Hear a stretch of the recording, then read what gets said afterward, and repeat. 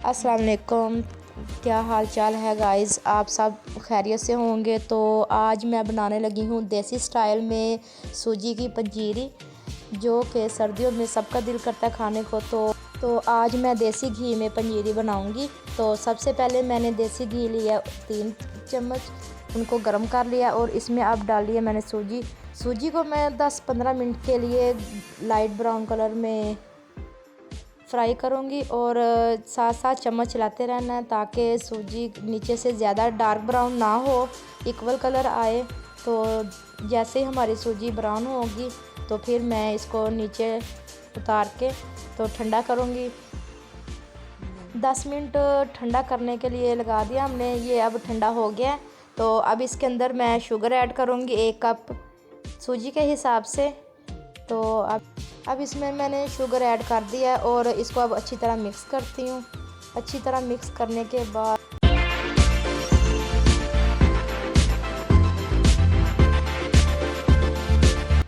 Sugar अच्छी तरह हम लोगों ने मिक्स कर लिया। अब इसमें डालने लगे हैं किशमिश, थोड़ी सी गार्निश करेंगे। गार्निश करने के बाद ये हम लोगों ने डेट्स डाली हैं कटिंग करके, और ये आलमंड्स ये भी गार्निश करेंगे। अब इनको अच्छी तरह मिक्स करेंगे। मिक्स करने के बाद इसको हम लोग सर्व करेंगे।